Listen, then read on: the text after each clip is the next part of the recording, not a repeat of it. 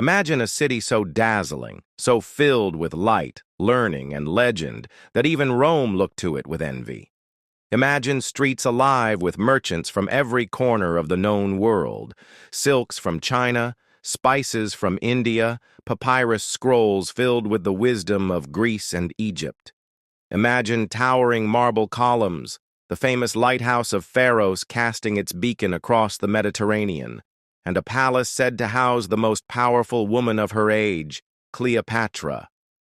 Now imagine it all vanishing, not burned, not conquered, not simply abandoned, but swallowed by the sea.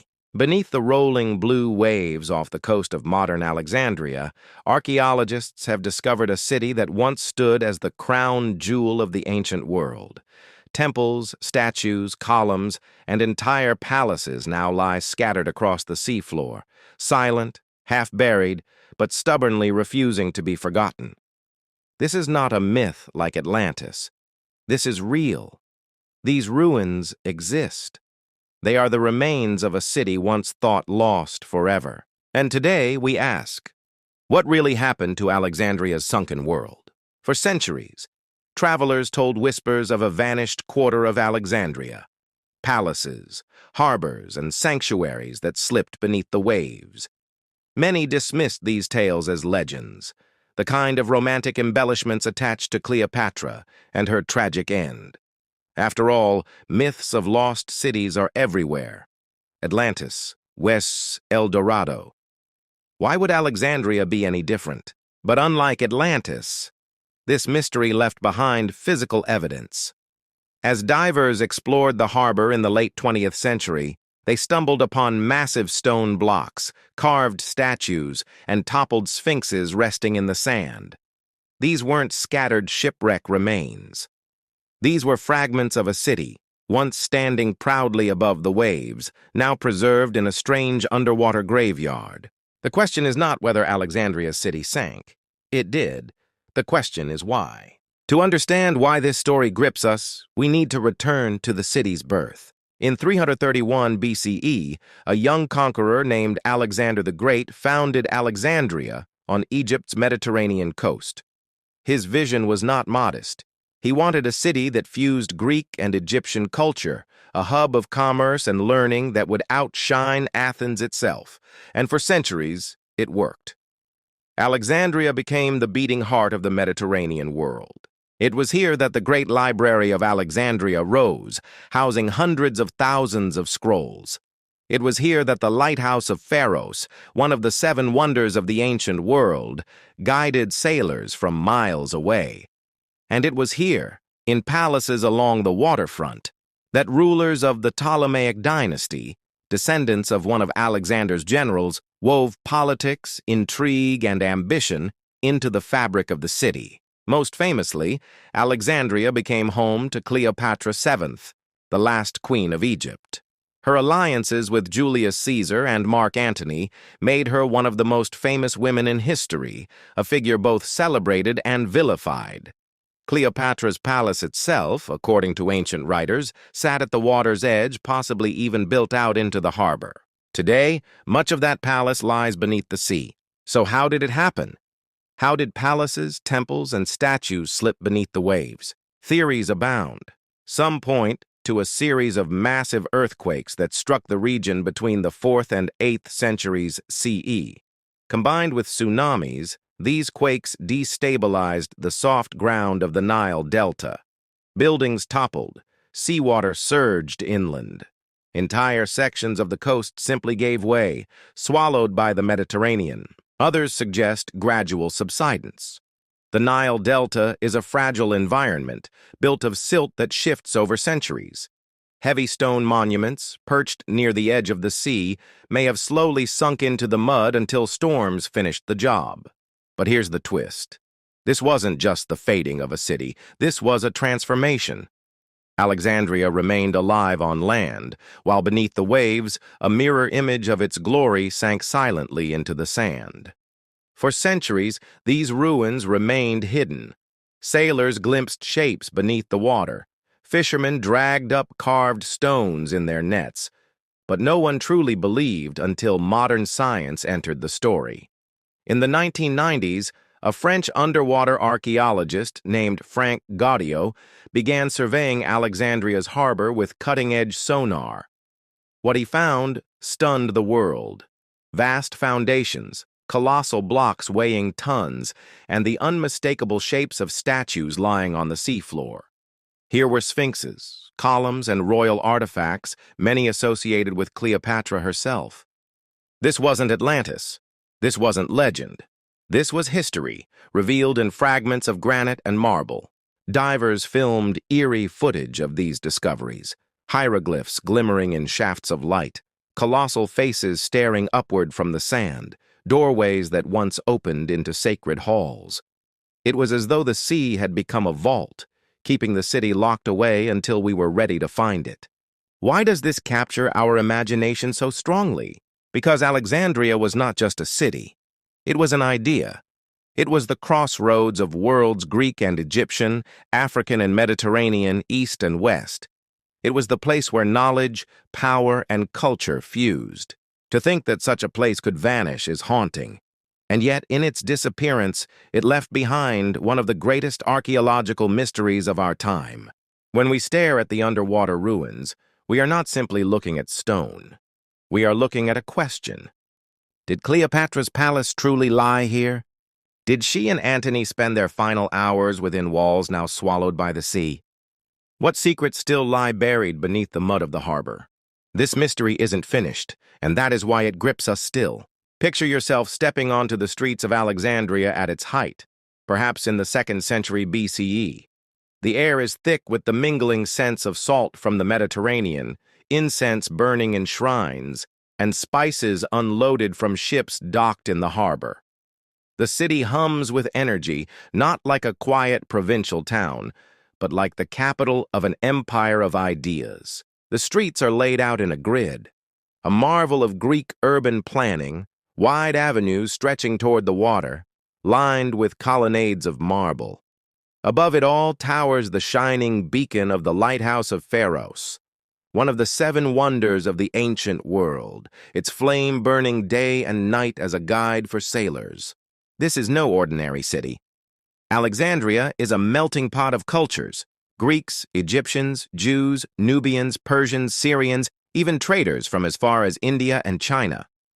Each brings with them goods, traditions, and knowledge, and in the city's bustling markets, everything collides. It is both chaotic and mesmerizing. Alexandria was built not just as a city, but as a trade hub. Its 2 great harbors, shielded by breakwaters, made it the perfect place for ships to load and unload their treasures. Walk into the central market and you would see spices from Arabia, cinnamon, frankincense, and myrrh, silks and fine cloths from India and China, grain from Egypt's fertile Nile Valley, enough to feed Rome itself, wine from Greece, olive oil from the Aegean, and gold jewelry crafted with Egyptian precision. The clamor of haggling voices rises over the crowd. Greek merchants shout prices, Egyptian farmers carry baskets of fresh produce, and Roman officials oversee shipments destined for the empire's growing appetite. Alexandria's markets were said to rival, even surpass, those of Athens. And above this, commerce loomed the Palace District, a walled-off neighborhood by the sea where rulers and elites conducted politics and intrigue. Here, Cleopatra herself once walked in flowing robes, her retinue trailing behind her as the harbor glimmered with sunlight. No image of Alexandria would be complete without the lighthouse. Built on the small island of Pharos, it stood nearly 400 feet tall, a towering marvel of engineering. Ancient accounts describe 3 tiers, a square base, an octagonal middle, and a cylindrical top crowned with a massive flame. Mirrors made of polished bronze reflected the fire by night and the sun by day, casting beams of light visible for miles. For sailors, this was more than a guide. It was a promise that beyond the shoals and shifting sands of the delta, a safe harbor and a thriving city awaited. But the lighthouse was also a symbol, a declaration that Alexandria was a city of brilliance, knowledge, and power. So awe-inspiring was this structure that it became one of the 7 wonders of the ancient world, its image carved onto coins and etched into memory long after its collapse. Today, many of its stones lie submerged, scattered in the same underwater graveyard where Cleopatra's palace rests. If the lighthouse symbolized Alexandria's power, the great library embodied its soul. The library was part of a larger institution known as the Mausion, or Shrine of the Muses, a research center devoted to the pursuit of knowledge. Imagine long colonnaded halls filled with scholars from every corner of the world, philosophers from Athens, mathematicians from Egypt, astronomers from Babylon, physicians from distant lands, all gathered here, exchanging ideas in a way the ancient world had never seen. The library itself, according to tradition, housed hundreds of thousands of scrolls.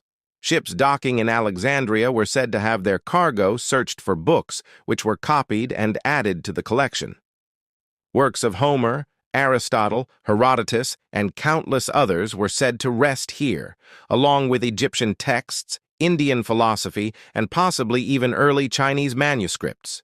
Here, in Alexandria, the world's knowledge pooled together like water in a basin. It was not simply a library, it was humanity's first attempt to collect everything, to gather the wisdom of civilizations into one place. And yet, this same library has become one of history's greatest tragedies. Fires, wars, and neglect are believed to have destroyed much of its collection. The image of scrolls burning, centuries of human knowledge reduced to ash, remains one of history's most haunting losses. But while the library may be gone, the city that created it remains, much of it beneath the waves. To bring Alexandria to life, we must also meet its people, the Greek elite. Rulers and administrators descended from Alexander's general Ptolemy. They spoke Greek, wore Greek clothing, and considered themselves heirs of Hellenistic tradition. The Egyptians, farmers, craftsmen, and laborers, many of whom still worship the old gods of Isis, Osiris, and Horus. The Jewish community, one of the largest in the ancient world, centered in Alexandria, where scholars would eventually translate the Hebrew Bible into Greek in what became known as the Septuagint. Merchants and travelers, speaking dozens of languages, bringing news and stories from as far as Spain, Mesopotamia, and India. This diversity gave Alexandria its unique energy. In one street, you might pass a temple to Isis adorned with hieroglyphs. In another, a Greek-style theater where philosophers debated. In yet another, you'd find Roman soldiers keeping order in an ever-growing empire. It was a city where gods, languages, and cultures coexisted, not always peacefully, but always dynamically. Let us return to the royal quarter, the beating political heart of Alexandria. This was where the Ptolemies lived, where Cleopatra held her court, and where ambassadors from Rome were dazzled by Egyptian wealth. Here stood palaces lined with marble, gardens filled with exotic plants, and harbors where gilded barges floated at anchor. Writers tell us of banquets where musicians played lutes and harps, dancers entertained guests, and Cleopatra herself appeared with gold ornaments glittering in the torchlight. It is these palaces, archaeologists believe, that now lie beneath the sea. Divers have found massive columns, statues of sphinxes, and inscriptions pointing to sacred temples once devoted to Egyptian gods. Some of these artifacts almost certainly belonged to the world Cleopatra ruled. When we gaze at them underwater, we are not just seeing ruins. We are glimpsing the stage upon which one of history's most famous dramas unfolded. And yet, for all its grandeur, Alexandria was built on fragile ground. The city rose where the Nile Delta meets the Mediterranean, a place of shifting sands, silty soil, and subtle geological instability. Earthquakes shook the region periodically. The sea gnawed at the shore. Over centuries, this delicate balance would prove fatal. What was once Alexandria's blessing, its position at the crossroads of land and sea, would also be its undoing. The story of Alexandria is not just one of brilliance, but of fragility. For centuries, the city dazzled the ancient world, a beacon of commerce, knowledge, and power. But as with all great civilizations, its glory carried within it the seeds of destruction. And in Alexandria's case, that destruction would come not just from human conflict, but from the earth itself, and ultimately, from the sea. The first signs of Alexandria's instability were subtle. The city sat at the edge of the Nile Delta, on ground that was fertile but treacherous. Beneath the foundations of marble palaces and bustling streets lay a shifting bed of sand, clay, and silt. To the naked eye, it seemed solid. But deep below, the earth was restless. Ancient writers mention tremors felt in the city, walls shuddering, lamps swinging, mosaics cracking. At first, these were mere inconveniences, reminders of the planet's slow, inevitable movements. But in time, they would escalate into something catastrophic. The Mediterranean has always been a theater of seismic violence. Along its coasts, fault lines shift and grind, sometimes silently, sometimes with sudden fury. And Alexandria was no exception. One of the most devastating quakes recorded in the region struck in 365 CE. Known as the Crete earthquake, it sent shockwaves across the eastern Mediterranean.